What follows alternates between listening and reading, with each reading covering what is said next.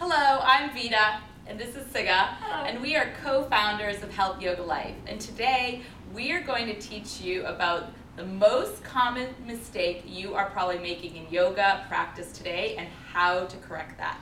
So if you practice vinyasa, or power yoga, or flow yoga, there's a lot of transitions from high to low push-up and to upward dog, or chaturanga, low push-up. So today we're going to review that and really break it down so you can see maybe where you're misaligning and how you can correct that. So this is going to be an interactive thing. So I would like you to, if you can, get onto your knees just like Siga is here. We're going to do this actually first just sitting on our knees and exploring the arm position from this vantage point. So Siga is going to extend her arms out just like you would in high push-ups. So imagine here, the floor is behind Siga's hands, and she is in preparation in a high plank pose with her legs extended back. So hopefully you've taken this posture as well. So you're on your knees, your arms are extended, and as Siga demonstrates here, she has really nice, healthy alignment. The shoulders, the elbows, and the wrists are perfectly aligned. That's what you're looking for in high push-up, and the core is engaged. So now, this is where we're gonna do a little interaction. I would like you to move your arms into the position that you would if you were moving to low push-up or chaturanga pose.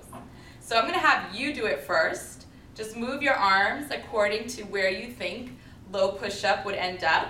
You know, you'll have to bend the elbows obviously and move them into position, and then pause and hold it. Okay, so most folks, and this is where the error is, most folks will do what Siga's going to demonstrate now.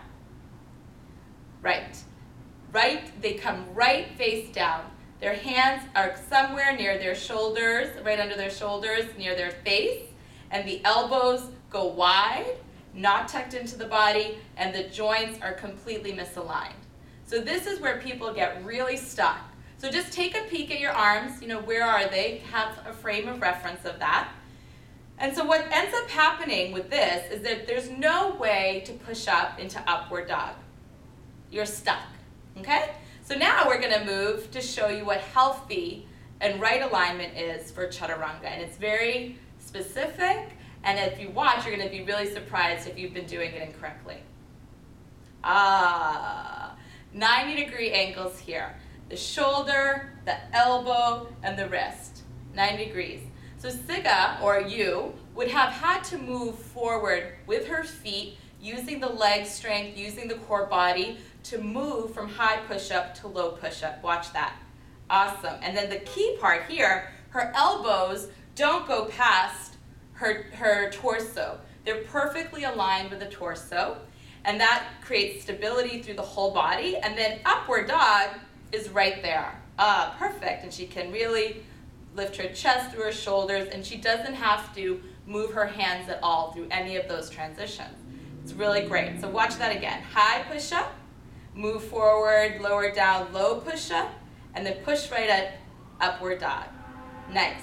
So let's take it to the mat now. Let's see how this plays out. So first we're going to actually look at the wrong way, the way that probably you've been practicing if you are the 90% of us who haven't learned it properly. Okay, so here she is in high push-up. Nice high push-up, really engaged through the core. And again, most people just lower right down. And her elbows go way above her chest, her hands are under her shoulders, and then she needs to basically draw her hands back to move to up dog. And if she doesn't, what ends up happening is her hands are way out in front of her. There's no alignment left of the shoulder, the elbow, and the wrist, right? The joints are not stacked anymore.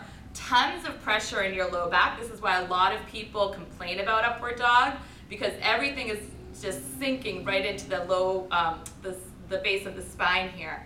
Okay, so that's what a lot of folks are looking like on their mat. So let's take a look at what healthy alignment is, that idea of moving forward and coming into that 90-degree angle. So here she is, set herself up in high plank, really squeezing the thighs and the core, and watch how much energy comes from her feet, right? She's really using the feet to look forward, lower down, hovering those elbows to the chest, and then she can find up dog right there, not having to move her hands or anything, and the pressure's off the back. She's engaging the thighs, Beautiful. And downward dog. Nice. And just come to a little child's pose for a rest. So did you see that huge difference? And so basically if you've been doing it that first way, the kind of the way that people imagine it's supposed to be, then moving to this healthier alignment, the right alignment, might require some core strength that you don't have yet. So let's look at a modified version so that you can start doing this right away in your practice.